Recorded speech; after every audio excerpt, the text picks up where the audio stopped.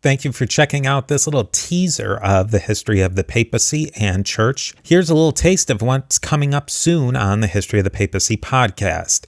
Now, if you like what you hear, I'd love it if you'd leave a rating and review on Apple Podcasts or your podcatcher of choice. If you want to support the podcast even more, consider becoming a Patreon on patreon.com/history of the papacy. There are many levels and benefits for you, and you help keep the history of the papacy going. You can learn more about all of this at historyofthepapacypodcast.com.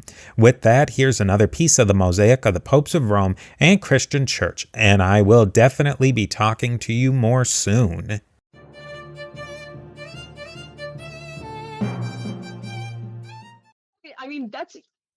Yeah, honestly, that's a good question. So the first recorded raids on Ireland were in 795 on it's called Recru in the annals, and we're not sure if it's talking about Rathlin Island up in the north, or perhaps Lambay, which is just outside of Dublin.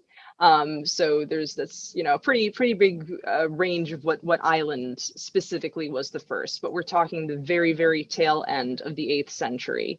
But then the turnaround was quick because Ireland had a number of dynasties, a number of these kingdoms kind of going shoulder to shoulder, and as same as in England, or even in some ways in France, what becomes France. There was not a very clear dynasty at the time.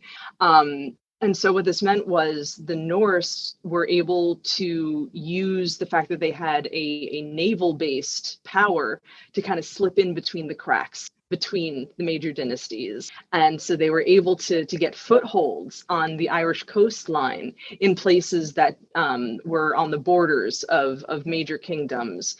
And so by 840, we have the Long Fort, or the temporary camp of Dublin.